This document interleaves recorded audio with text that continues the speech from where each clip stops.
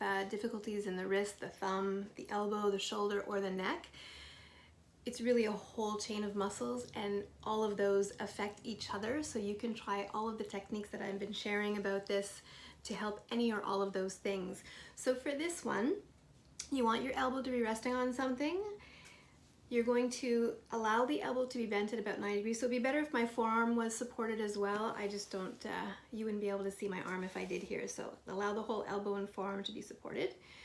And when the elbow is bent, you're going to use the thumb of the other hand, come right into the crease of that fold at the elbow, and you're going to fish around a little bit until you find, you're gonna know right away when you're on the right spot. There's going to be a spot that first of all feels like a knotted rope, and it's going to be tender.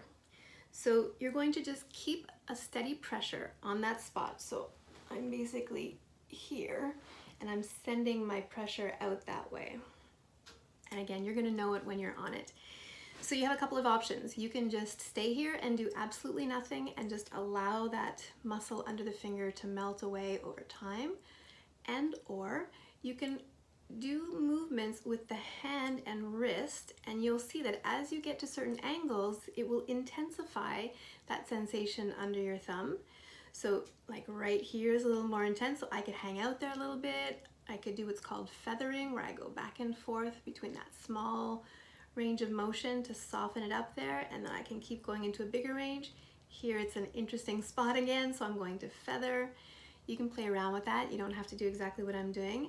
Just do random motions with the wrist, hand, fingers, and you'll feel it under that thumb.